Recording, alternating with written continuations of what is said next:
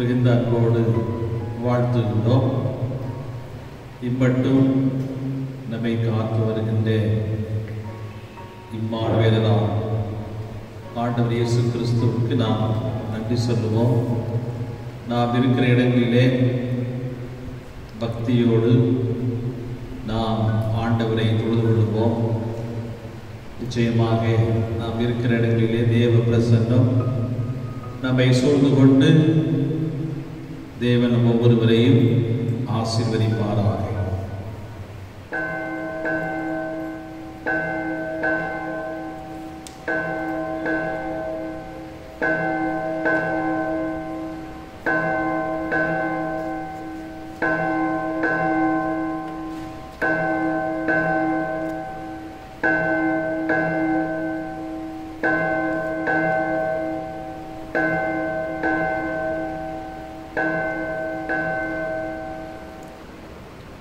ஜெபம் பண்ண கிடவோம்.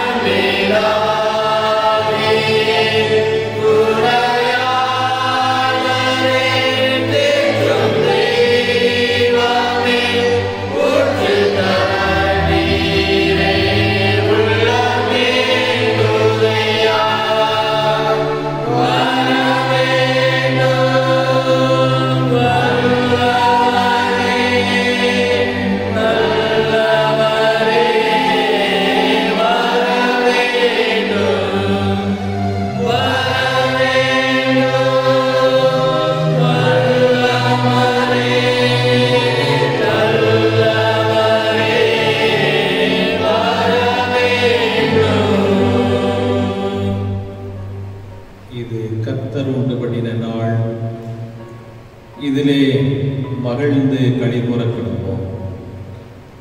என் ஆத்துமாவே நீ கர்த்தரை ஸ்தோத்திரி.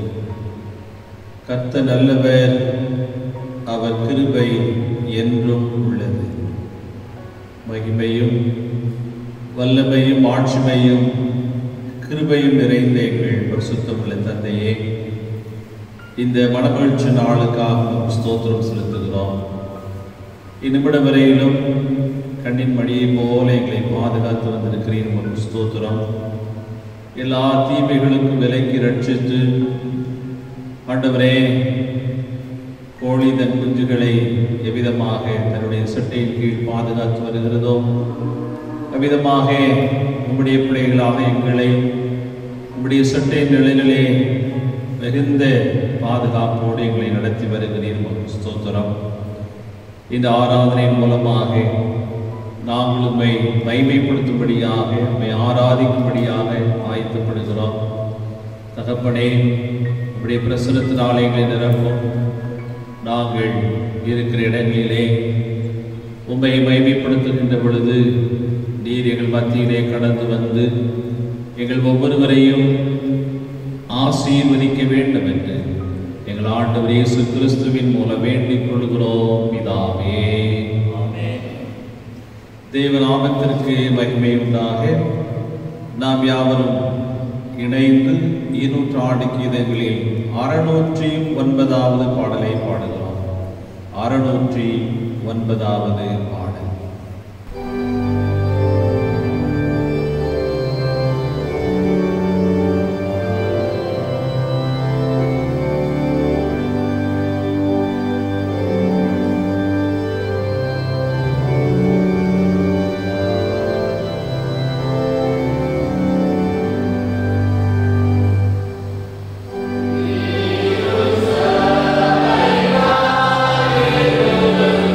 Yeah.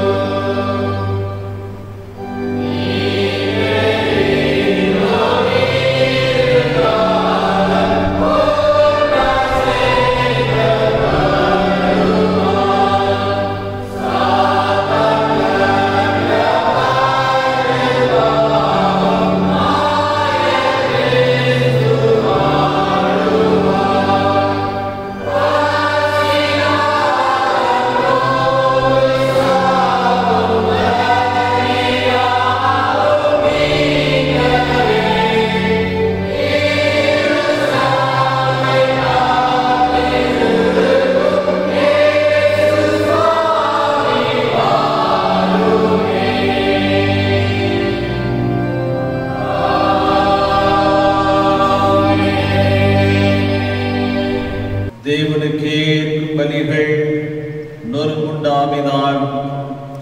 தேவனே, நொறுங்குண்டதும் நறுங்குண்டதுமான இருதயத்தை நீர் புறக்கணியீர்.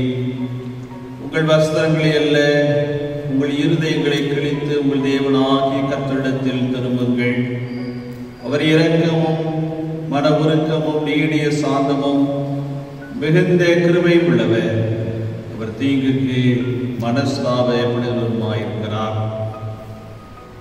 நான் எழுந்து என் தகப்பனிடத்திற்கு போய், தகப்பனே, பரத்துக்கு விரோதமாகவும் உமக்கு முன்பாக பாவம் செய்தேன். இனிமேலும் உடைய குமாரன் என்று சொல்லப்படுவதற்கு நான் பாத்திரன் அல்ல என்பேன்.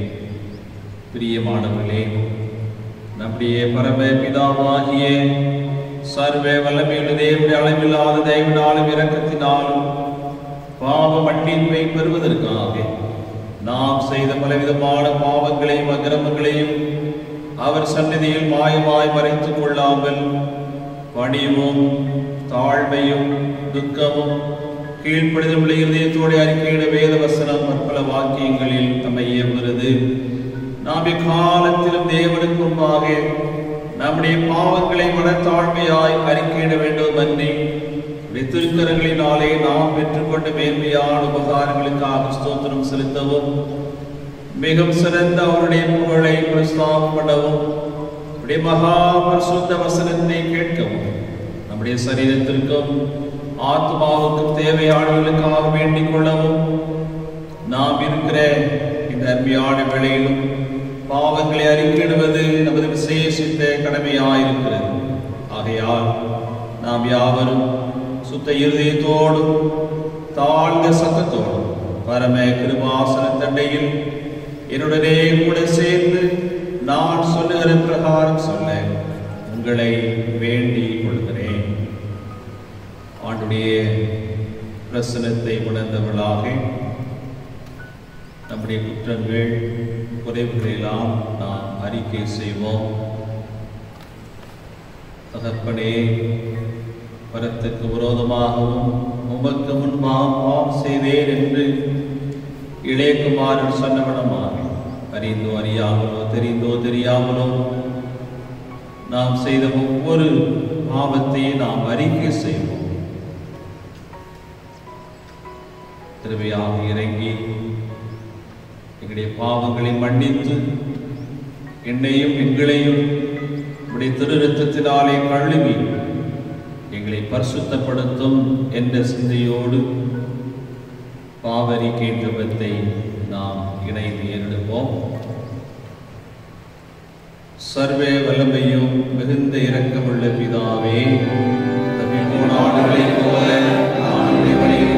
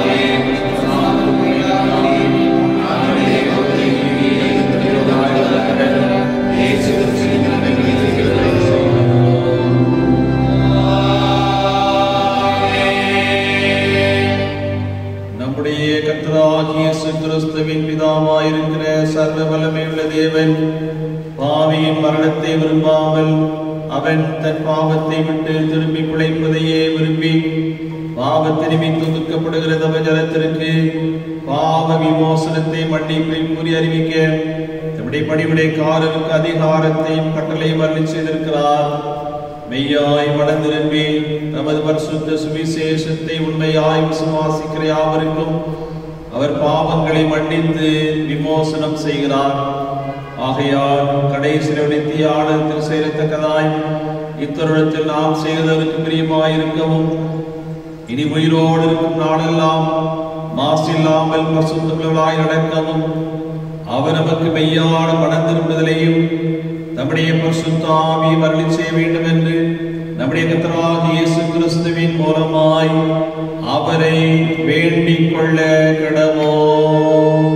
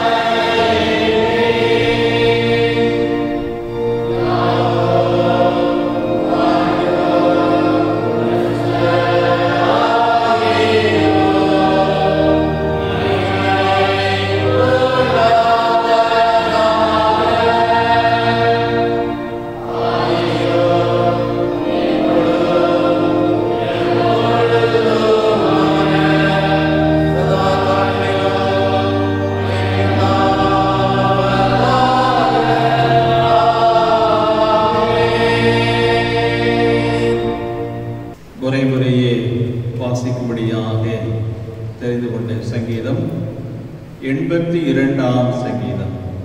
சங்கீதம் 82.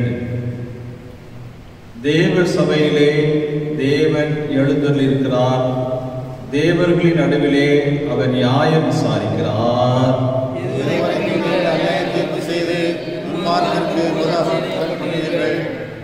ஏழைக்கும் திக்கற்ற பிள்ளைக்கும் நியாயம் செய்து சிறுமையானவனுக்கும் திக்கற்றவனுக்கும் நீதி செய்யுங்கள்.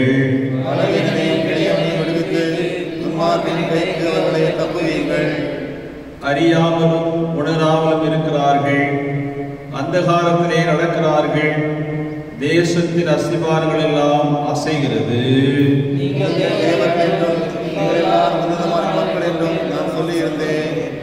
ஆனால் நீங்கள் மனுஷரை போல சென்று லோக பிரபுக்களில் ஒருவனை போல விழுந்து போவீர்கள்.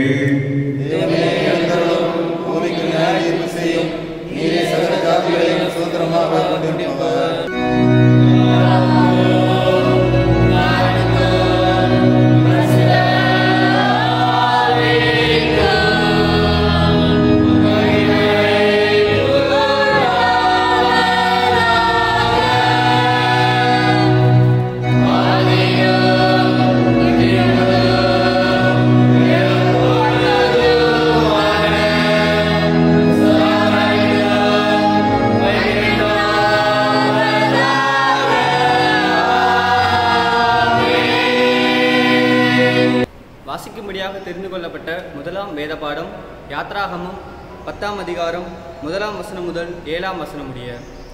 யாத்ராகமம் 10ஆம் அதிகாரம் 1ஆம் வசனம் முதல். பழைய ஏற்பாட்டில் பக்கம் எண் 81. பின்பு கர்த்தர் மோசேயை நோக்கி, நீ பார்வோனிடத்தில் போ, அவர்கள் நடுவே நான் என் அடையாளங்களை செய்யும்படிக்கும் நான் எகிப்திலே நடப்பித்ததையும் நான் அவர்களுக்குள் செய்த என் அடையாளங்களையும் நீ உன் பிள்ளைகளின் செவிகள் கேட்கவும் உன் பிள்ளைகளுடைய பிள்ளைகளின் செவிகள் கேட்கவும் விவரித்து சொல்லும்படிக்கும் நானே கர்த்தர் என்பதை நீங்கள் அறியும்படிக்கும் நான் அவன் இருதயத்தையும் அவன் ஊழியக்காரரின் இருதயத்தையும் கடினப்படுத்தினேன் என்றார். அப்படியே மோசேயும் ஆரோனும் பார்வோனிடத்தில் வந்து, உன்னை தாழ்த்த நீ எதுவரைக்கும் மனதில்லாதிருப்பாய்? என் சமூகத்தில் எனக்கு ஆராதனை செய்ய என் ஜனங்களை போக விடு. நீ என் ஜனங்களை போக விட மாட்டேன் என்பாயாகில் நான் நாளைக்கு உன் எல்லைக்குள்ளே வெட்டுக்கிளிகளை வரப்பண்ணுவேன். தரை காணாதபடிக்கு அவைகள் பூமியின் முகத்தை மூடி கல் மலைக்கு தப்பி மீதியாக வைக்கப்பட்டதை பட்சித்து வெளியிலே துளிர்க்கிற செடிகளை எல்லாம் தின்று போடும். உன் வீடுகளும் உன் ஊழியக்காரனுடைய வீடுகளும் எகிப்தியரின் வீடுகளும் எல்லாம் அவைகளால் நிரம்பும். உன் பிதாக்களின் பிதாக்களும் தாங்கள் பூமியில் தோன்றிய நாள் முதல் இந்நாள் வரைக்கும் அப்படிப்பட்டவைகளை கண்டதில்லை என்று எபிரேயரின் தேவனாகிய கர்த்தர் சொல்லுகிறார் என்று சொல்லி திரும்பிக் கொண்டு பார்வோனை விட்டு புறப்பட்டான். அப்பொழுது பார்வோனுடைய ஊழியக்காரர் அவனை நோக்கி, எந்த மட்டும் இந்த மனிதன் நமக்கு கன்னியாயிருப்பான்? தங்கள் தேவனாகிய கர்த்தருக்கு ஆராதனை செய்ய அந்த மனிதரை போக விடும். எகிப்து அழிந்து போனது நீர் இன்னும் அறியவில்லையா என்றார்கள். வாசிக்கும்படியாக தெரிந்து கொள்ளப்பட்ட முதலாம் வேத பாடம் வாசித்தாயிற்று.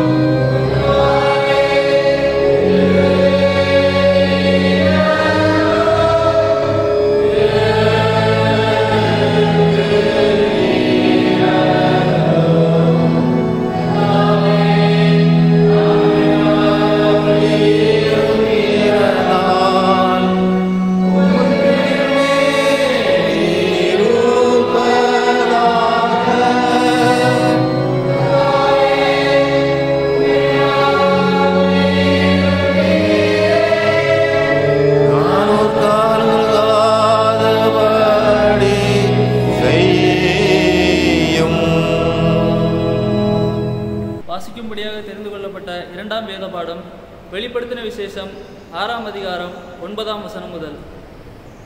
வெளிப்படுத்தின விசேஷம் 6ஆம் அதிகாரம் 9ஆம் வசனம் முதல்.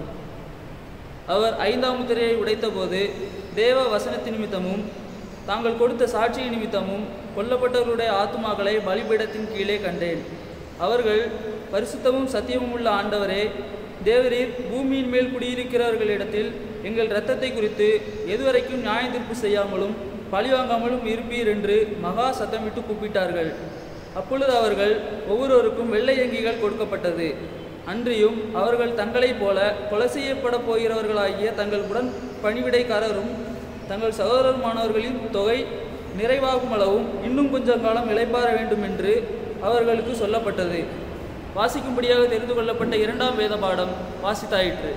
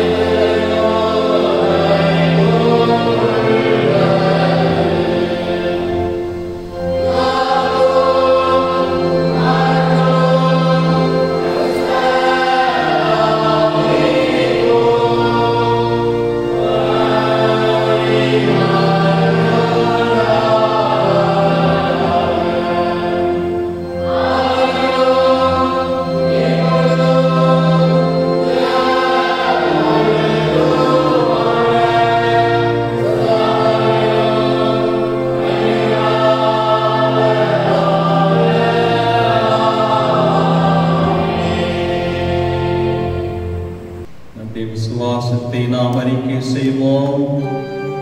வானத்தை பூமி படைத்த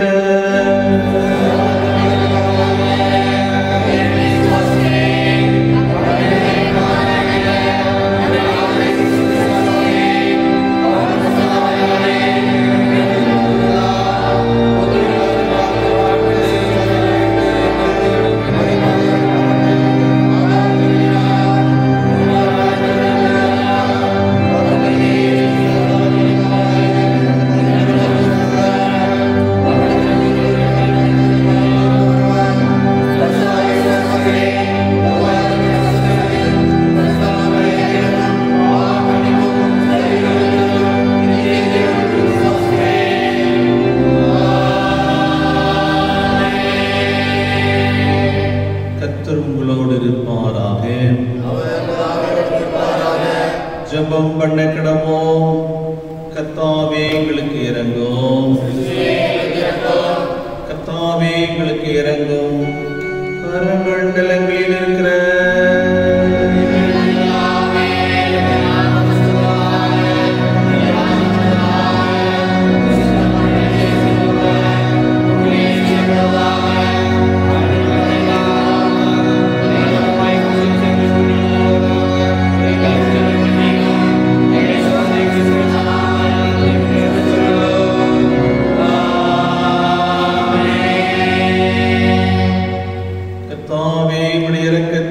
எங்களுக்கு காண்பியோம். உம்முடைய பணிவிடைக்காரருக்கு நீதியை தரிப்பியோம். கர்த்தாவே உம்முடைய ஜனத்தை ரட்சியோம். கர்த்தாவே கர்த்தாவே எங்கள் காலத்தில் சமாதானத்தை கட்டளையிடும். பராபரனே எங்கள் இருதயத்தை சுத்திகரியோம். ஜெபம் பண்ண கடவோம். திருத்துவ திருநாளுக்கு பின்வரும் 5ஆம் ஞாயிற்குரிய சுருக்க ஜெபம். எல்லாம் வல்ல ஆண்டவரே, உம்முடைய திருச்சபை நிறைந்த தேவ பக்தியுள்ள அமெரிக்கையோடே உமக்கு சந்தோஷமாய் ஊழியம் செய்யும்படி இவ்வுலக சம்பவங்களை உமது ஆளுகையினால் சமாதானமாய் நடத்தியருள வேண்டும் என்று எங்கள் கர்த்தராகிய இயேசு கிறிஸ்துவின் மூலமாய் வேண்டிக் கொள்கிறோம்.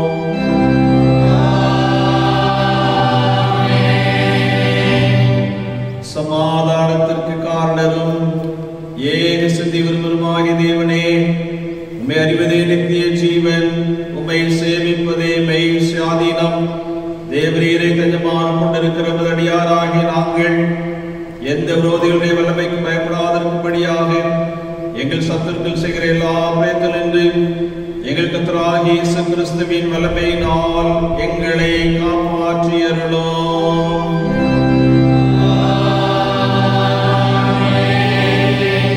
சர்வ வல்லமை நித்திய தேவனே, இந்நாள் வரை எங்களை சுகமாய் நடத்தி வந்த எங்கள் பரம பிதாவாகிய கர்த்தாவே, இந்நாளிலும் மிகுந்த வல்லமையால் எங்களை காப்பாற்றி நாங்கள் யாதொரு பாவத்திற்கு உட்படாமலும் எவ்விதமான மோசத்திலும் அகப்படாமலும் உமது பார்வைக்கு நீதியாயிருக்கிறது எப்பொழுது செய்கிறதற்கு நாங்கள் செய்கிற எல்லாவற்றையும் இப்படி ஆளுகையினாலே நடத்தியருள வேண்டும் என்று எங்கள் கர்த்தராகிய இயேசு கிறிஸ்துவின் மூலமாய் வேண்டிக் கொள்கிறோம்.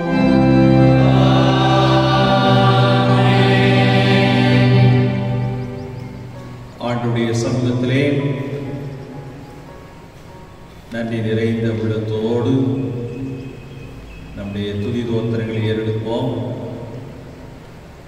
எல்லா சூழ்நிலைகளிலும் தேவ கிருபை, தேவ பிரசன்னம், தேவ பாதுகாப்பு நம்மோடு கூட இருக்கிறதற்காக ஆண்டவரே ஒரு ஸ்தோத்திரம் என்று சொல்லுவோம். ஒவ்வொரு நாளும் புதிய புதிய கிருபைகளை தந்து நம்மை தாங்கி ஏந்தி சுமந்து தப்புவித்து வருகின்ற ஆண்டவருக்கு நம்முடைய உள்ளத்தின் ஆழத்திலிருந்து ஸ்தோத்திரங்களை செலுத்துவோம். தனிப்பட்ட வாழ்க்கையிலே, நம்முடைய குடும்ப வாழ்க்கையிலே ஆண்டவர் பாராட்டிய நன்மைகளை எல்லாம் எண்ணி பார்ப்போம். வடிதான ஒரு காலத்திலும் ஆண்டவர் நமக்கு கொடுத்த வாக்கின் பிரகாரம் என் ஜனமாகிய இஸ்ரவேலை கைவிடாதிருப்பேன் என்று சொல்லி அவ்விதமாக கரம் பிடித்து நம்மை வழிநடத்தி கொண்டிருக்கிறார். ஆண்டவரே உமக்கு ஸ்தோத்திரம் என்று சொல்லி ஆண்டவருக்கு நாம் நன்றி சொல்லுவோம். அவர் செய்த எல்லா விதமான உபகாரங்களை நாம் நினைத்து பார்ப்போம். எத்தனையோ நன்மைகளை செய்திருக்கிறார், செய்து கொண்டிருக்கிறார், இன்னமும் செய்ய போகிறார். நம்பிக்கையோடு நாம் ஆண்டவருக்கு ஸ்தோத்திரம் செலுத்துவோம். நாம் யாவரும் சேர்ந்து பொதுவான ஸ்தோத்திர ஜபத்தை நாம் ஏறெடுப்போம். சர்வ வல்லமையுள்ள தேவனே, சர்வ ஜீவ தயாபர பிதாவே, அபாத்திரான அடியாரான எங்களுக்கும் மற்றெல்லா அடியாருக்கும் செய்த கிருபைக்காகவும் அன்புள்ள தயவுக்காகவும் நாங்கள் மிகுந்த தாழ்மையோடும் இதயத்தோடும் ஸ்தோத்திரம் செலுத்துகிறோம். தேவனை சிருஷ்டித்ததற்காகவும் காப்பாற்றுவதற்காகவும் இம்மைக்குரிய எல்லா ஆசீர்வாதங்களுக்காக துதிக்கிறோம். செய்துமாய் இயேசு கிறிஸ்துவினாலே உலகத்தின் மீட்பு கண்ட விலைமதியாத அன்புக்காகவும் கிருபை எத்தனங்களுக்காகவும் மைமையோ நம்பிக்கைக்காகவும் ஸ்தோத்திரம் செலுத்துகிறோம். நாங்கள் உண்மையாய் நன்றியுள்ளவர்களாயிருக்கவும் எங்களை ஒரு ஊழியத்துக்கு ஒப்புக் கொடுத்து எங்கள் வாழ்நாளாக முன்பாக பிரசுத்தம் நீதியுள்ளவர்களாய் நடக்கவும் எங்கள் வாக்கினாலே மாத்திரமல்ல எங்கள் நடக்கையினாலேயும் புகழை பிரசாரப்படுத்தவும் தேவை சில வாக்கள் எல்லாவற்றையும் உணர்வு எங்களுக்கு அறிவு செய்ய வேண்டும் என்று எங்களுக்கு இயேசு கிறிஸ்துவின் மூலமாய் வேண்டிக் கொள்கிறோம். அவருக்கும் தேவைக்கும் பிரசுத்தாவிற்கும் மேன்மை மகிமையும் சதா காலங்களிலும்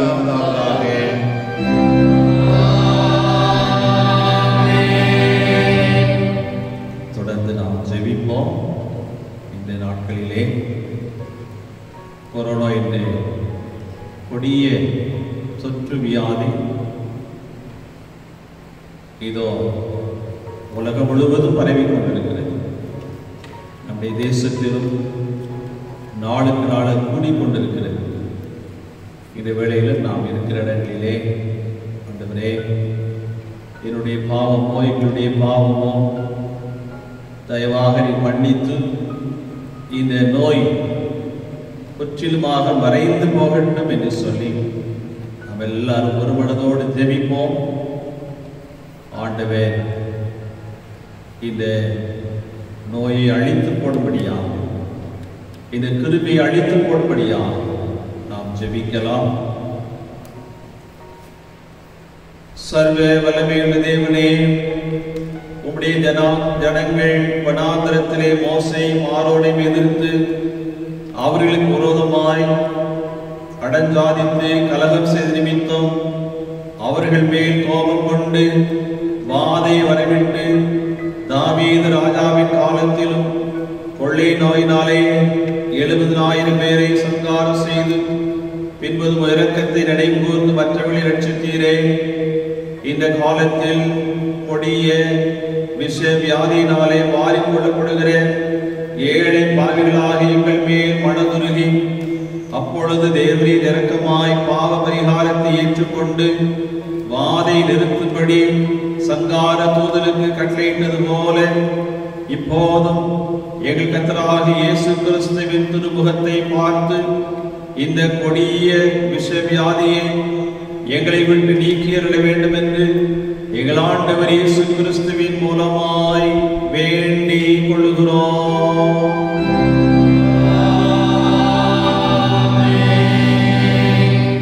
இத்தருணத்தில் ஒருமனப்பட்டுமை நோக்கி எங்கள் பொதுவான விண்ணப்பங்களை செய்ய எங்கள் கிருபையளித்த சர்வ வல்லமையுள்ள தேவனே, 2 பேராவது 3 பேராவது நாமத்தினாலே கூடி வரும் பொழுது அவர்கள் கேட்கிறவர்களை அருளிச் செய்வேன் என்று வாக்குறுதி இருக்கிறீரே. கர்த்தாவே, மதடியாராக எங்களுக்கு வேண்டிய நன்மைகள் உண்டாக எங்கள் விருப்பங்களையும் எங்கள் வேண்டுதல்களையும் இப்பொழுது நிறைவேற்றி இம்மையிலே எம்முடைய சத்தியத்தை அறிகிற அறிவையும் மறுமையிலே நித்திய ஜீவனையும் எங்களுக்கு கட்டளையிட்டருளும்.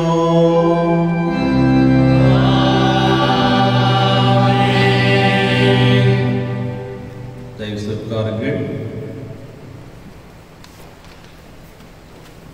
கிறிஸ்துவுக்குள் அன்பானவர்களே, உங்கள் யாவரையும் மிகுந்த அன்போடு வாழ்த்துகின்றோம். நாம் இருக்கிற இடங்களிலே ஆண்டவரை ஆராதிப்பதற்கு தேவன் நமக்கு கிருபை செய்திருக்கிறார். நம்முடைய உள்ளத்தின் ஆழத்திலிருந்து நாம் ஆண்டவருக்கு ஸ்தோத்திரம் செலுத்துவோம். நாம் எல்லாரும் ஜெபித்துக் கொண்டிருக்கிறோம். நிச்சயமாக இந்த கொடிய கொரோனா என்ற தொற்று வியாதியிலிருந்து முற்றிலுமான ஒரு விடுதலையை ஆண்டவர் கொடுத்து நம்மை நிச்சயமாக ஆசீர்வதிப்பார். நாம் நம்பிக்கையோடு ஜெபிப்போம். கர்த்தர் உங்கள் ஒவ்வொருவரையும் அளவில்லாமல் ஆசீர்வதிப்பாராக. இந்த வாரத்திலும் தங்களுடைய பிறந்த நாளை ஆசரிக்கிறவர்கள் 12ஆம் தேதி மிஸ்டர் பி பிரான்சிஸ் புஷ்பராஜ், 14ஆம் தேதி mister S Immanuel Deva Sahayam, 14ஆம் தேதி செல்வி V Anbika Joy, daughter of mister C Vijay Anand, 15ஆம் தேதி missus K Annapushpam, wife of mister J Koil Pillai, 17ஆம் தேதி missus Jemima Rachel, wife of mister K Immanuel Sundar Singh. இந்த வாரத்திலும் தங்களுடைய திருமண நாளை ஆசரிக்கிறவர்கள் 13ஆம் தேதி mister S Pushparaj, missus A Hepsi Ratna தம்பதியர். இவர்கள் அனைவரையும் வாழ்த்தி இப்பொழுது நம்முடைய பாடகர் குழுவினர் பாடுவார்கள். Varsa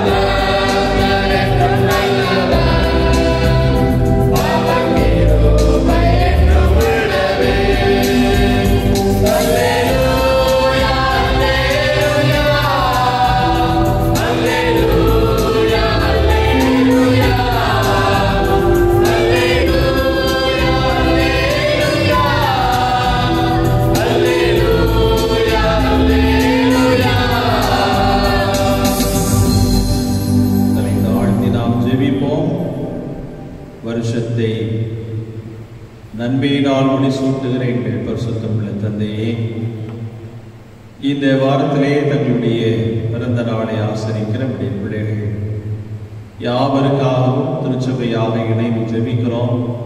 இவர்களை நாங்கள் வாழ்த்துகின்றோம். கடந்து போன ஆண்டு முழுவதும் கண்ணின் மணியை போல பாதுகாத்து வந்திருக்கிறீர். ஸ்தோத்திரம். இந்த புதிய ஆண்டு ஒவ்வொருவருக்கும் மிகுந்த ஆசீர்வாதமாக இருக்கட்டும். குறிப்பாக புதிய ஆண்டிலே நம்முடைய வாழ்க்கையிலே எதிர்பார்த்து கொண்டிருக்கிற நன்மைகளையும் ஆசீர்வாதங்களையும் கொடுத்து நீர்விளை உடைய மகிழ்ச்சியினால் நிரப்பி ஆசீர்வதியும். இந்த வாரத்திலும் தங்களுடைய திருமண நாளை கொண்டாடுகிற தம்பதியருக்காக நாங்கள் ஜெபிக்கிறோம்ப்பா. குடும்பமாக இணைந்த நாள் முதல் இனிவிட வரையிலும் குடும்ப வாழ்க்கையில் நீர் பாராட்டிய எல்லா நன்மைகளுக்காக ஆசீர்வாதங்களுக்காக ஸ்தோத்திரம். குறிப்பாக கொடுத்திருக்கிற பிள்ளைகளுக்காக குடும்பத்திற்காக நன்றி. இந்த புதிய ஆண்டுகளுக்கு மிகுந்த ஆசீர்வாதமாக இருக்க நாங்கள் ஜெபிக்கிறோம். அன்பின் கர்த்தாவே, நான் நிச்சயமாக உன்னை ஆசீர்வதிக்கவே ஆசீர்வதிப்பேன் என்று எங்களுக்கு வாக்கு தந்திருக்கிறேன். தொடர்ந்து ஒவ்வொருவரையும் உடைய நன்மையினாலும் கிருபையினாலும் முடிசூட்டி ஆசீர்வதி. இயேசு கிறிஸ்துவின் மூலம் வேண்டிக் கொள்கிறோம் பிதாவே. ஆமென்.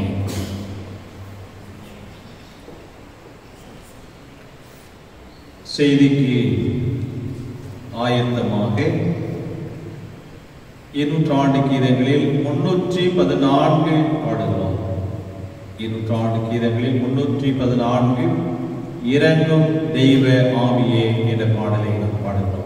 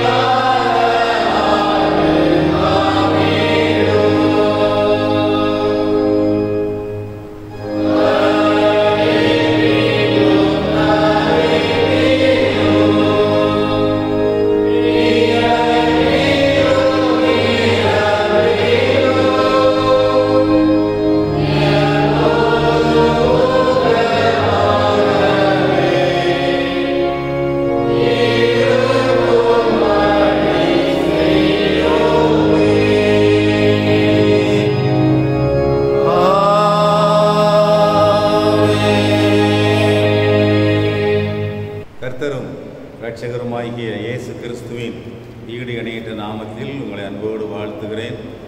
உடைய பிதாவாகிய தேவனாலும் உடைய கர்த்தராகிய இயேசு கிறிஸ்துவினாலும் உங்களுக்கு கிருபையும் சமாதானமும் உண்டாவதாக. ஆமென். ஒருவேளை இந்த லாக்டவுன் பீரியட் 1.5 மாத காலத்திற்கு மேலாக இருந்தாலும்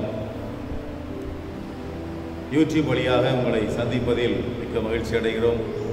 இந்த ஆலய ஆராதனையை நீங்கள் தொடர்ந்து பார்த்து கொண்டிருப்பீர்கள் என நம்புகிறோம். உங்களுக்கு ஆசீர்வாதமாக இருக்கு நம்புகிறோம். எல்லாருக்கும் ஒரு எண்ணம், எப்போ முடியும், எப்போ இது ஒரு முடிவுக்கு வரும், எப்பொழுது விடுதலையோடு ஆண்டவரை ஆராதிக்கலாம், எப்பொழுது திருச்சபையாக ஒன்றிணைந்து தேவனை தரிசிக்க முடியும், தேவனோடு உறவாட முடியும் என்ற எண்ணம் எல்லாருக்கும் இருக்கிறது. எந்த ஒரு காரியத்தை எடுத்தாலுமே அது எத்தனை நாட்கள் அப்படின்ற ஒரு எண்ணம் எப்போது இருக்கும். ஒருவேளை ஒரு ஆஃபர் கொடுக்குறாங்கன்னு சொன்னால் அது குறிப்பிட்ட நாட்கள் சொல்லுவாங்க. ஆனால் இந்த கொரோனா வைரஸ் தனக்கென்று ஒரு நாளை குறிப்பிடாமல் நாட்டில் நீடித்து கொண்டே போகிறது. இது எப்பொழுது முடியும், என்று முடியும் என்று தெரியவில்லை. என்றாலும் ஆலயம் பூட்டப்பட்டிருந்தாலும் கர்த்தரை ஆராதிப்பது அடைக்கப்படவில்லை, தேவனை தொழுது கொள்ளுதல் அடைக்கப்படவில்லை. அவருடைய நாமத்தை நாம் மகிமைப்படுத்தி கொண்டுதான் இருக்கிறோம். இன்றும் சற்று நேரம் ஆண்டவருடைய வார்த்தையை நாம் தியானிக்க இருக்கிறோம். தேவனுடைய பிரசன்னம் நம்மை ஆட்கொள்ளும்படி, உம்மை இல்லாமல் எங்களுக்கு வேறு எந்த துணையும் இல்லை ஆண்டவரே என்று சொல்லி அவரை நோக்கி நாம் பார்க்கலாம். சத்தாய் நிஷ்களமாய் ஒரு சாமியமும் ஈலதாய் சித்தாய் ஆனந்தமாய் திகழ்கின்ற தீரித்துவமே எந்த நாயடியேன் கடை தேருவன் என் பாவம்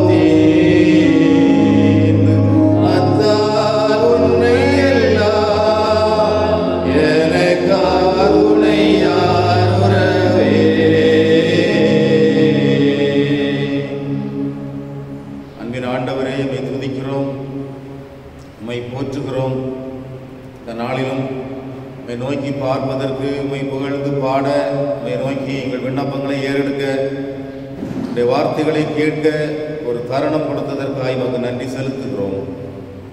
ஆண்டவரே, நீர் பேசும், நாங்கள் கேட்கட்டும். எங்களை தாழ்த்தி ஒப்புக் கொடுக்கிறோம். உம்மை அல்லாமல் எங்களுக்கு வேறு ஒரு துணை இல்லை, எனவே உம்மை நம்பி வந்திருக்கிறோம். ஆண்டவர் எங்களை நோக்கி பார்ப்பீராக. இப்பொழுதும் இதை பார்த்து கொண்டிருக்கிற ஒவ்வொருவரையும் ஆண்டவர் தாமே கண்ணோக்கி பார்ப்பீராக. வார்த்தையினால் பிள்ளைகளை ஆசீர்வதிப்பீராக.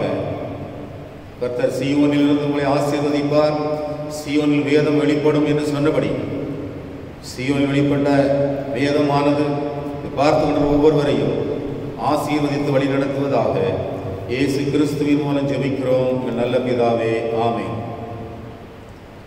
இன்று நாம் நம்முடைய தியானத்திற்கென்று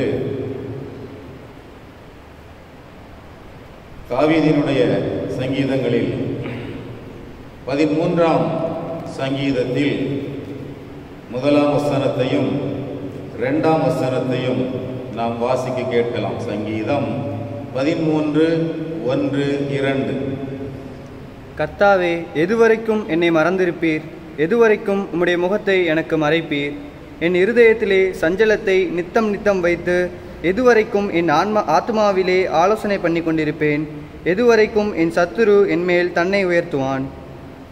நாம் வாசிக்க கேட்ட இந்த பாகத்தில் ஒரு வார்த்தை திரும்ப திரும்ப 4 முறை நாம் வருவதை அதில் பார்க்கலாம். அது என்ன வார்த்தை? எதுவரைக்கும், எதுவரைக்கும். ஆண்டவர் நோக்கி அவர் கேட்கிறார், எதுவரைக்கும் என்னை மறந்திருப்பீர்? எதுவரைக்கும் உடைய முகத்தை எனக்கு மறைப்பீர்?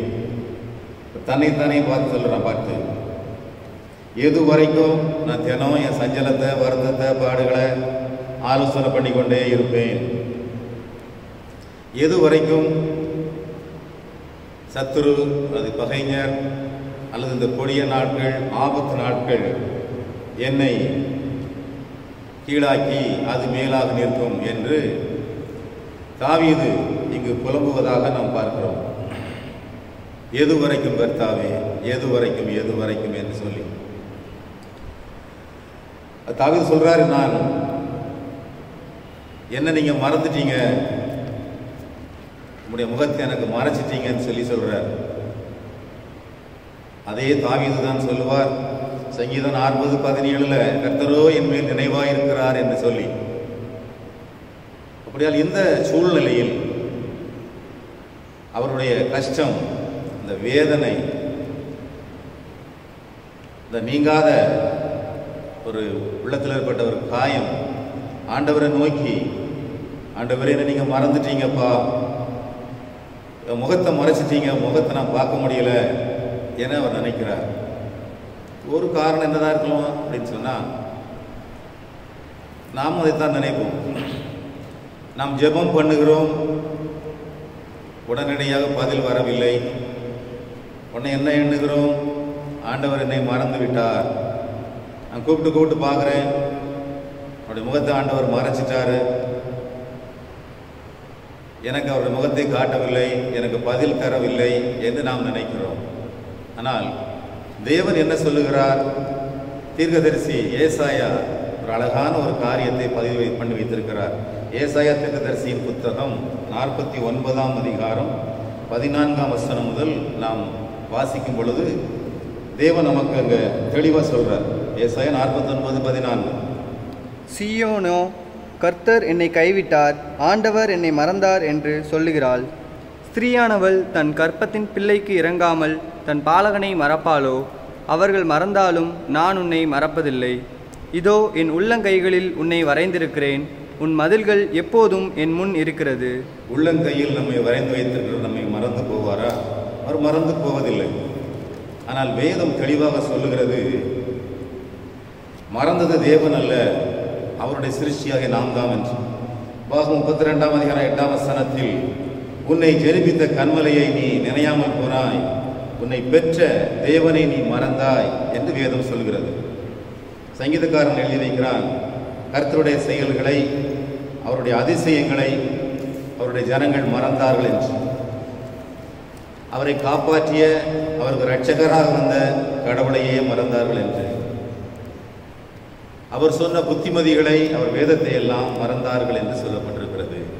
அப்படியால் கர்த்தர் நம்மை மறக்கவில்லை, கர்த்தர் நம்முடைய முகத்தை மறைக்கவில்லை. ஆனால் வேறு ஏதோ ஒன்று நம்மை மறைக்கிறது, அவருக்கும் நமக்கும் இடையே ஒன்று மறைக்கிறது. அதைத்தான் நாம் ஏசாயா தீர்க்கதரிசியின் புத்தகம் 59ஆம் அதிகாரம் 2ஆம் வசனத்தில் பார்க்கிறோம். ஏசாயா 59:2. உங்கள் அக்கிரமங்களே உங்களுக்கும் உங்கள் தேவனுக்கும் நடுவாக பிரிவினை உண்டாக்குகிறது. உங்கள் பாவங்களே அவர் உங்களுக்கு செவி கொடாதபடிக்கு அவருடைய முகத்தை உங்களுக்கு மறைக்கிறது. கர்த்தர் அருவருக்கிற காரியங்கள், அவர் வெறுக்கிற காரியங்கள் நம்மிடத்தில் இருக்குமையானால் அது தேவனுடைய பிரசன்னத்தை நம்மை விட்டு மறைக்கிறது. நாம் என்ன சொல்கிறோம்? ஆண்டவர் தமது முகத்தை மறைத்து விட்டார் என்று சொல்லி. ஆதாம் ஏவாளை எடுத்துக்கொள்ளுங்க, அவங்க என்ன செய்கிறாங்க? ஆண்டவர் பாவம் செய்த உடனே அவருடைய பிரசன்னத்திற்கு முன் வர முடியாமல் அவர்கள் தங்களை ஒளித்து மறைத்துக் கொள்கிறார்கள். தேவன் அவர்களை தேடுகிறார், அவர்கள் தங்களை மறைத்துக் கொள்ளுகிறார்கள். அதனால் நம்மையும் கடவுளையும் பிரிக்கிற அந்த பாவம் நம்மை விட்டு விலக, தேசத்தை விட்டு விலக, தேசம் சுத்திகரிக்கப்பட, ஜெபிக்க வேண்டியது நம்முடைய கடமை. மேலும் மனுஷனுடைய இயல்பான ஒரு காரியம் அவசரம், உடனே எனக்கு வேணும் எதிர்பார்ப்பாங்க. அதனால் ஆண்டவர் என்ன சொல்வார்? சங்கீதம் 27:14 சொன்னது போல, நீ திடமனதாக இருந்து கர்த்தருக்கே காத்திரு என்று சொல்வார். கர்த்தருக்கு காத்திருக்கும் பொழுது அவர் ஒரு நாளும் நமக்கு நியமித்ததை அவர் தராமல் இருக்க மாட்டார். எனவே தான் பக்தன் இப்படி பாடினார், சோராதே என் மனமே, சோர்ந்து போகாதே என் உள்ளமே. மாறாமல் இருக்கிற கர்த்தர் உன் பக்கத்தில் தான் இருக்கிறார், மாறாதவர் போல தான். சேர்ந்து பாடலாமா? சோராதே என் மனமே, சோர்ந்து போகாதே என் உள்ளமே. சோராதே என் மனமே, சோர்ந்து போகாதே என் உள்ளமே. மாறாத கர்த்தர் உன் பக்கம் இருக்கிறார், பாராதவர் போலத்தான் உன்னை பாராதவர் போலத்தான்.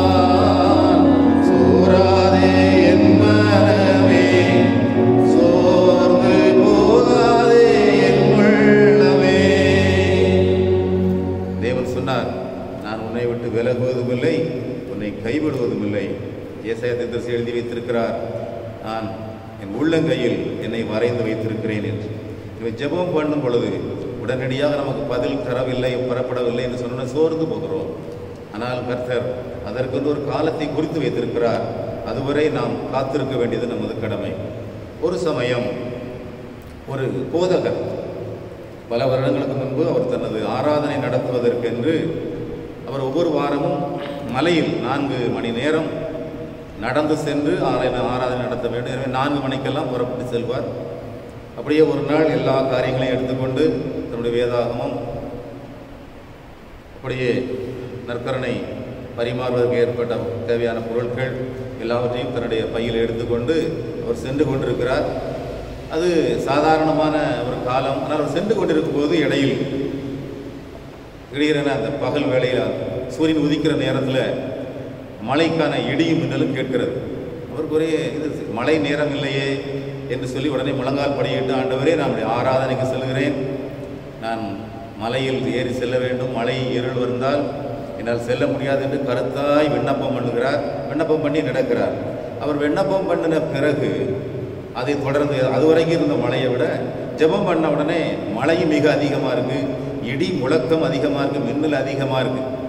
அவர் செல்வதற்கு அப்பப்போ மின்னல் வருவதனால பாதை தெரிகிறது, திரும்ப மழை பெய்கிறது. அவரது உடல் முழுவதும் நனைந்து விட்டது, வேதாகமும் நனைந்து விட்டது, எல்லாம் இதாகி போயிற்று. ஒரு வழியாக போய் சேர்ந்து ஆராதனை முடித்துவிட்டு மிகுந்த சோர்வோடு வந்தார். நான் எத்தனை ஆயத்தம் பண்ணி எத்தனை நேரம் காத்திருந்து இந்த வாரம் முழுவதும் ஆண்டவருடைய சன்னிதானத்தில் காத்திருந்து இந்த ஆராதனைக்காக வந்தேனே, இப்படி போயிட்டேன்னு சோர்ந்து போய் ஆண்டவரின் ஜெபத்தை கேட்கவில்லை. இனி இந்த ஊழியத்தை தொடர வேண்டுமா வேண்டாமா, பணியில் தொடர வேண்டுமா வேண்டாமா என யோசித்துக் கொண்டிருந்தார் வீட்டில். அப்பொழுது காலையில் அடுத்த நாள் காலையில் 3 வாலிபர்கள் அவர் வீட்டுக்கு வந்தார்கள். அவங்க வந்து, ஐயா, நாங்கள் உங்களோடு ஒரு காரியத்தை பகிர்ந்து கொள்ள வேண்டும். நேற்று தினம் நாங்கள் ஒரு சிலரிடம் பணம் வாங்கி கொண்டு நீங்கள் ஊழியம் செய்வதனால் அந்த மலை பகுதியில் எங்களால் வெள்ளி சோனியம் மந்திரம்லாம் வைக்க முடியல, உங்களை தீர்த்து கட்டியாச்சுன்னா அதை செய்ய முடியும் என்று சொல்லி எங்களை கூலி கொடுத்து எங்களை வைத்திருந்தார்கள். நாங்களும் காலையில் தயாராக இருந்தோம், துப்பாக்கியெல்லாம் இது ரெடியாக இருந்தோம்.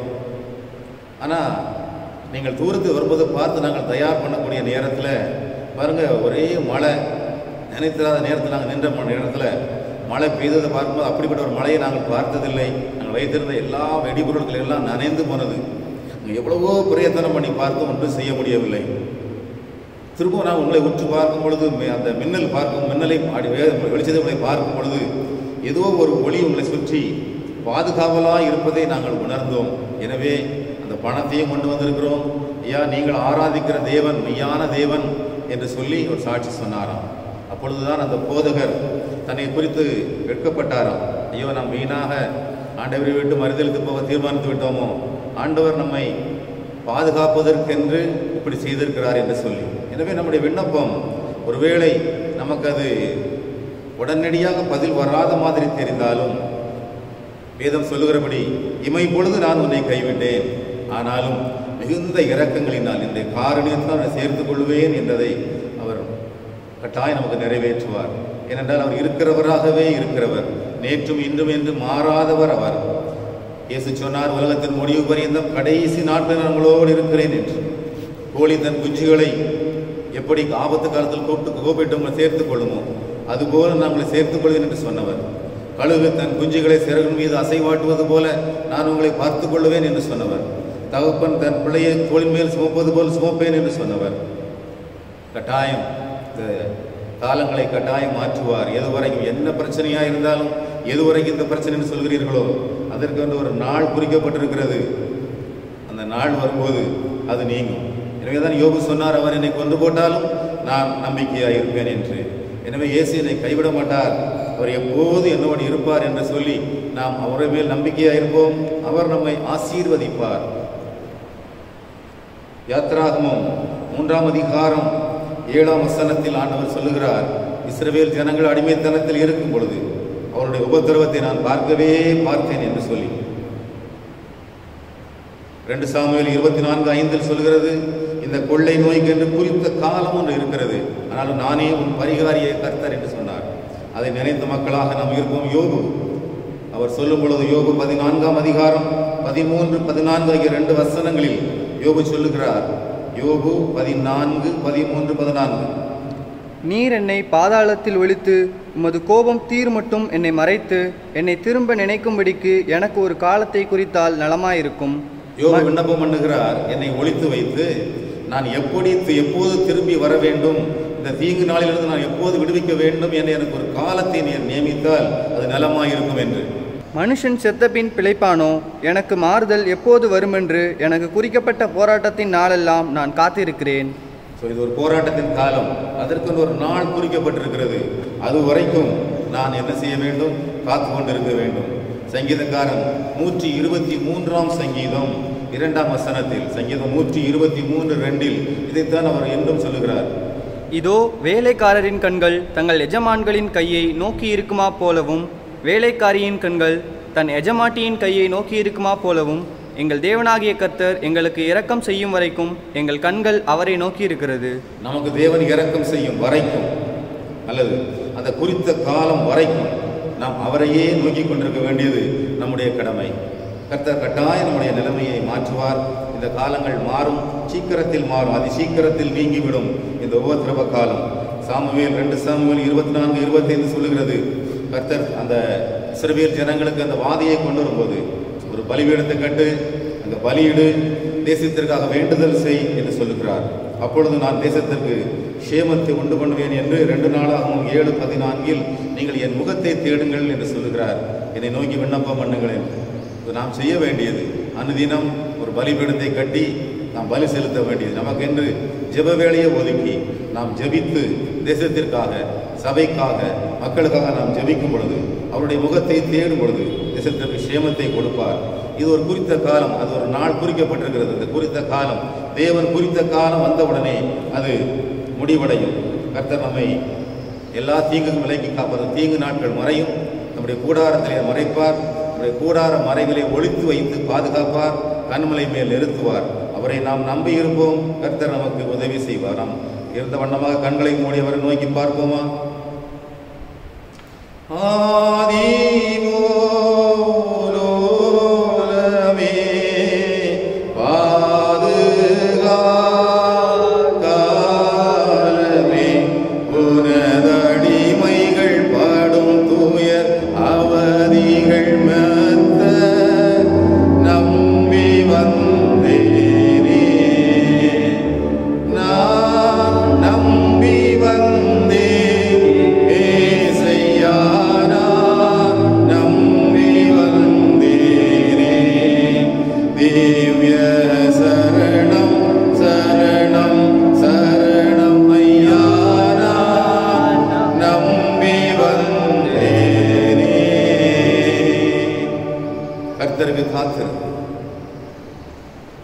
கர்த்தருக்கு காத்திரு. ஒருவேளை நம்முடைய உள்ளத்திலே எதுவரைக்கும் இந்த தீங்கு நாட்கள் இருக்கும், எனக்கு இருக்கிற பிரச்சனைகள் எதுவரைக்கும் இருக்கும் என்று சொல்கிறீர்களோ, தேவன் உங்களை பார்த்து சொல்லுகிறார், காத்திரு. கர்த்தருக்கு காத்திரு. குறித்த நாள் வரும் வரை அது இருக்கும். அதன் பிறகு அது இல்லாமல் போகும். நாம் விரும்பினது வரும் பொழுது அது ஜீவ விருட்சம் போல் இருக்கும். கர்த்தர் நன்மையானதை தருவார். சங்கீதம் அந்த 13ஆம் சங்கீதம் கடைசி வசனத்தில் அப்படித்தான் சொல்கிறது, கர்த்தர் நன்மை செய்தபடினால் நான் அவரை பாடுவேன் என்று. கர்த்தர் நன்மையை தருவார், கர்த்தர் நன்மையானதை தருவார். இப்பொழுதும் இந்த ஆராதனையில் பங்கு பெறுகிற உங்கள் ஒவ்வொருவருக்கும், ஒவ்வொருவருடைய கேள்வியிலும் எதுவரைக்கும் ஆண்டவரே இந்த பிரச்சனை, எதுவரைக்கும் ஆண்டவரே என்ற கேள்வி திரும்ப திரும்ப உங்கள் வாழ்வில் வருமானால் இன்றோடு முற்றுப்புள்ளி வையுங்கள். உங்களுக்கான ஒரு பரிகாரி நம்மிடத்தில் உண்டு. அவர்தான் இயேசு கிறிஸ்து. நானே உன் பரிகாரியாய் கர்த்தர் என்று சொன்னவர். அவர் நமக்கு பரிகாரியாய் வந்தவர், பரிகாரியாய் சிலுவையில் மரித்தவர், விலையேறுகிற இரத்தத்தினால் நம்மை மீட்டுக் கொண்டவர். நம்முடைய பிரச்சனையை பாராதிருப்பாரோ, நம்முடைய பிரச்சனைகளை பாராதிருப்பாரோ, அவர் தமது முகத்தை நமக்கு மறைப்பதில்லை, நம்மை மறந்து போவதும் இல்லை. நமது உள்ளங்கைகளில் நம்மை வரைந்து வைத்திருக்கிறார். அவர் நம்மேல் நினைவாயிருக்கிறார். வேண்டுதல்களை அவர் கேட்பார். ஏற்ற சமயத்தில், ஏற்ற நேரத்தில் உங்களுக்கு அந்த காரியத்தை செய்து சந்தோஷத்தையும் மகிழ்ச்சியும் கொண்டு வருவார். கர்த்தர் உங்கள் மூலம் மகிமைப்படுவார். நாம் செய்ய வேண்டியது என்ன? நமக்கென்று ஒரு பலிபீடத்தை, ஒரு ஜெப இடத்தை உண்டாக்கி, ஒரு ஜெப நேரத்தை ஒதுக்கி அவரை நோக்கி மன்றாடி, தேசத்திற்காக, மற்றவர்களுக்காக, திருச்சபைக்காக, ஊழியர்களுக்காக நாம் மன்றாடுவோம். அவருடைய முகத்தை பார்ப்போம். அவர் கையிலிருந்து ஆசீர்வாதம் வருகிறதா என்று பார்க்காமல் அவர் முகத்தை தேடுவோம். ஜனங்களுக்காக ஜெபம் பண்ணுவோம். நம்மை தாழ்த்துவோம். அப்பொழுது தேவன் இறங்குவார். நமக்கு மட்டுமல்லாமல் தேசத்திற்கும் சேமத்தை கட்டளையிடுவார். யோபு தன் சிநேகிதருக்காக வேண்டுதல் செய்தான். அப்பொழுது தேவன் அந்த சிறையிருப்பை திருப்பினார். என்ன சிறையிருப்பாய் இருந்தாலும் அது உங்களுக்கு முழுவதுமாய் மாற்றப்படும். விடுதலையாவீர்கள். தேவனுடைய ஆசீர்வாதத்தை பெற்றுக் கொள்வீர்கள். நம்பிக்கையோடு இருந்து தேவனுடைய கரத்திலிருந்து ஆசீர்வாத நன்மைகளை பெற்றுக் கொள்ளுங்கள். அன்பின் ஆண்டவரே, இந்த நாளிலும் எங்களது வேண்டுதலை இடத்தில் சமர்ப்பிக்கிறோம். உம்முடைய பிள்ளைகள் இதை பார்க்கிற ஒவ்வொருவரும் தங்களுக்கு என்னென்ன வேண்டும் என்று கேட்கிறார்களோ, தங்கள் பிரச்சனை என்ன என்று சொல்லுகிறார்களோ, தேவனே அது உங்களுக்கு தெரியுமாதலால் அதை நீர் குறித்து வைத்து அதற்கென்ற குறித்து காலத்திற்குள்ளதாக எல்லாவற்றையும் சரி செய்ய வேண்டுமாறு ஜெபிக்கிறோம். அப்பா, கர்த்தருடைய பரிசுத்த வல்லமையுள்ள கரம் அந்த பிள்ளைகள் மீது அமர்ந்து இருந்து அவர்களை ஆசீர்வதித்தருள வேண்டுமாறு ஜெபிக்கிறோம். ஆண்டவரே, எதுவரைக்கும் எங்களை மறந்திருப்பீர், எதுவரைக்கும் நான் உமது முகத்தை எங்களுக்கு மறைப்பீர் என்று அங்கலாய்க்கிற பிள்ளைகளுக்கு, இதோ நான் உன்னை உள்ளங்கையில் வரைந்து வைத்திருக்கிறேன், நீ என்னால் மறக்கப்படுவதில்லை என்று சொல்லி ஆற்றி தேற்றுவீராக, ஆசீர்வதிப்பீராக. இயேசு கிறிஸ்துவின் மூலம் ஜெபிக்கிறோம் நல்ல பிதாவே, ஆமென். God bless you. நம்மை அர்ப்பணிக்கும் வண்ணமாக 200 கீதங்களில் 470வது பாடலை பாடுகிறோம். 470வது பாடல் இயேசுவே கிருபாசனபதியே என்ற பாடலை நாம் பாடுகிறோம்.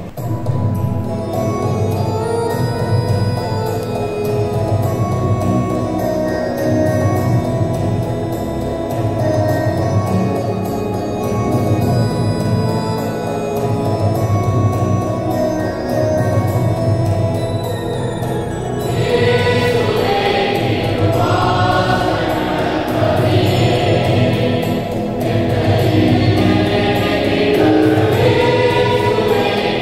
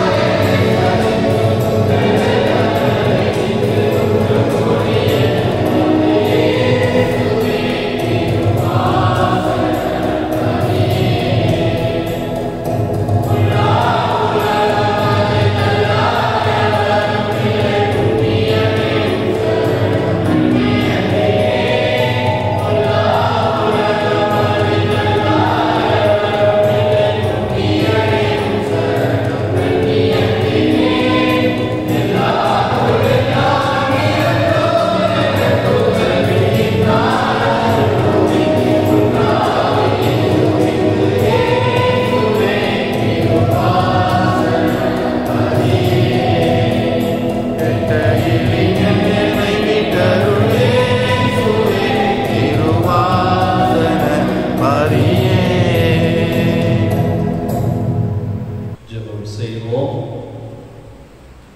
மகிமை நிறைந்த எங்கள் பரிசுத்தமுள்ள தந்தையே, இந்த மனமகிழ்ச்சி நாளிலும் நாங்கள் இருக்கிற இடங்களிலே உம்மை ஆராதிப்பதற்கு நீர் கிருபை செய்திருக்கிறீர். ஸ்தோத்திரம், ஸ்தோத்திரம், ஸ்தோத்திரம் அப்பா. இந்த ஆராய் மூலமாக நாங்கள் உங்களுக்கு செலுத்தி இருக்கிற எல்லா விதமான துதி தோத்திரங்களையும் இது ஏற்றுக்கொள்ளும்.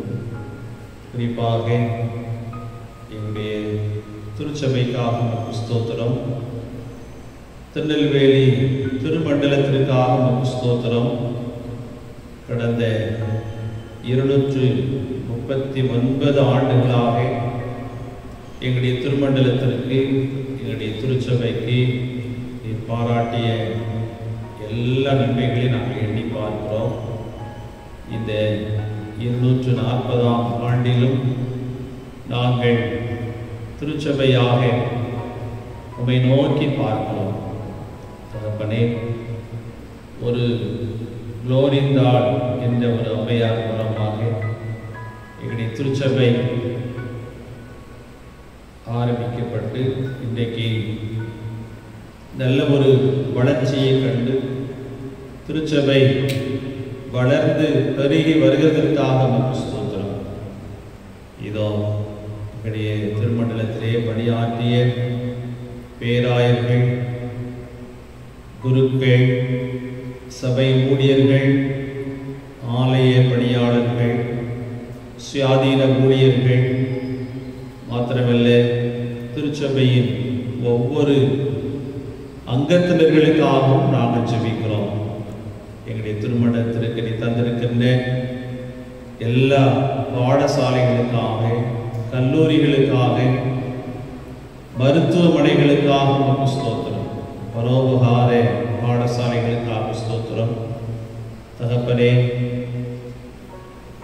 ஆதி மிஷனரிகளுக்காக நன்றி சொல்கிறோம்.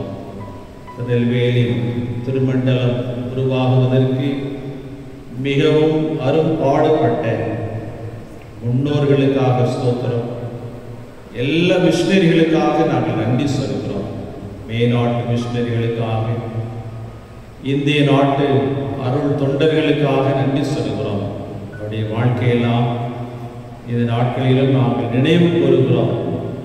இயேசு கிறிஸ்துவின் திரு இரத்தத்தினாலே சம்பாதிக்கப்பட்ட திருச்சபை, முன்னோர்கள் மற்றும் மிஷனருடைய தியாகத்தின் மூலமாக வளர்க்கப்பட்ட திருச்சபை இன்னும் வளர்ந்து பெருகட்டும்.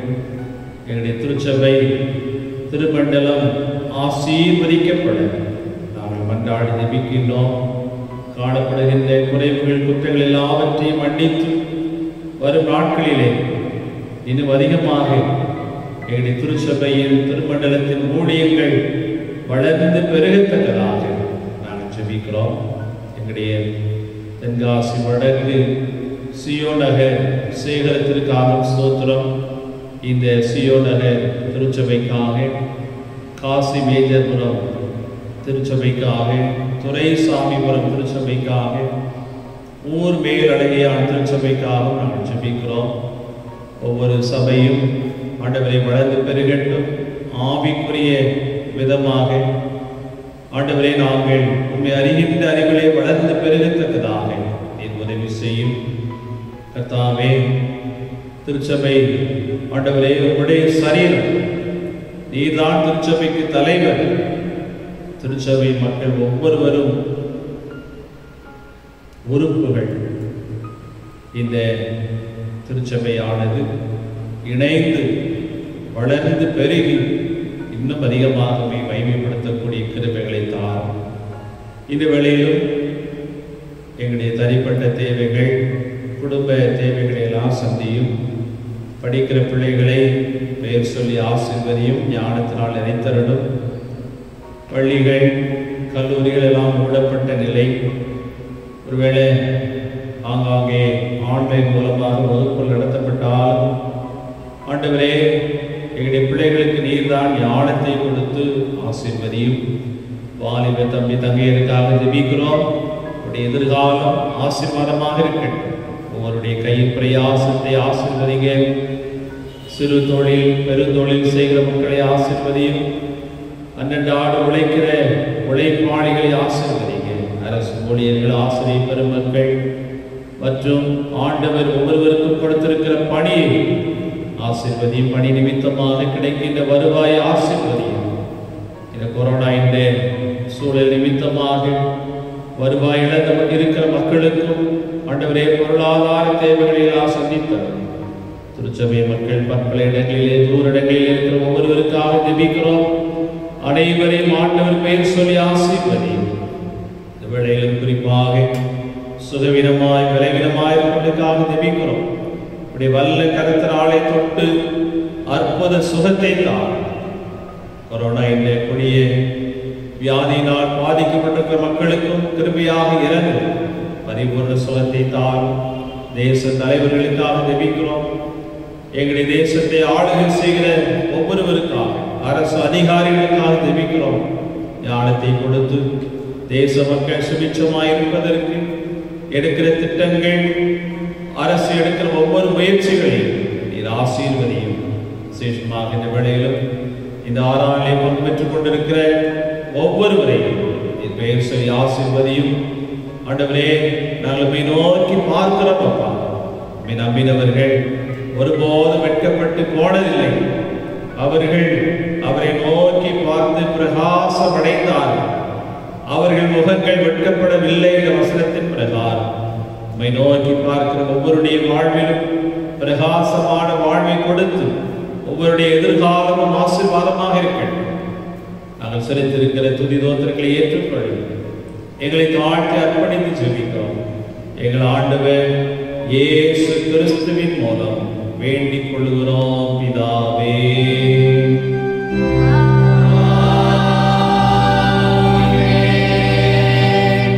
தேவனுடைய இரக்கமுள்ள கிருபைக்கும் பராமரிப்புக்கும் உங்களை ஒப்புவிக்கிறோம். கர்த்தர் உங்களை ஆசீர்வதித்து காத்து ஆதரிக்க கடவர்.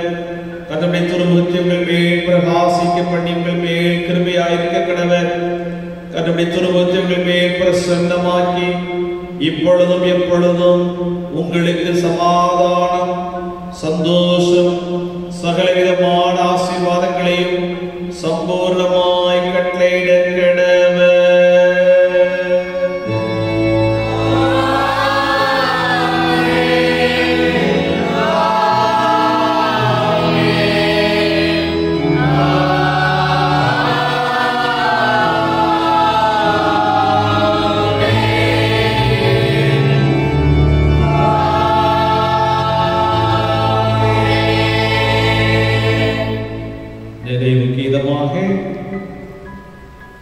ஆண்டு கீதங்களில் 264வது பாடல் பகலோன் கதிர் போலுமே என்ற பாடல். 200 ஆண்டு கீதங்கள் 264 பாடுகிறோம்.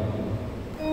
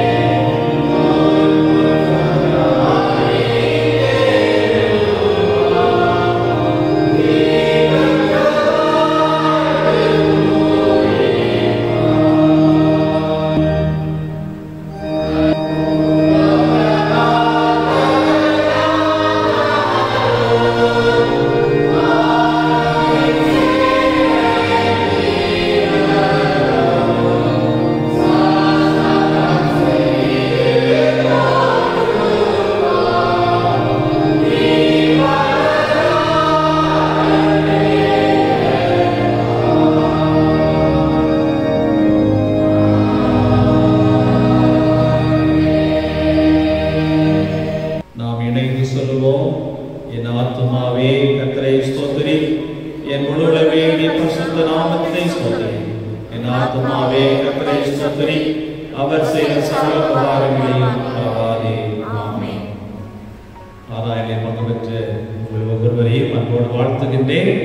ஆண்டவர் தொடர்ந்து நம் ஒவ்வொருவரையும் அளவில்லாமல் ஆசீர்வதிப்பாராக. God bless you.